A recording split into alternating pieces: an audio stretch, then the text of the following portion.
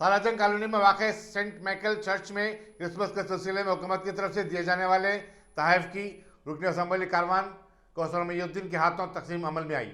ये तोहफ़ मलबूसात पर मुश्तमिल है। कॉर्पोरेटर मोहम्मद नसीरुद्दीन और दूसरे भी इस मौके पर मौजूद थे।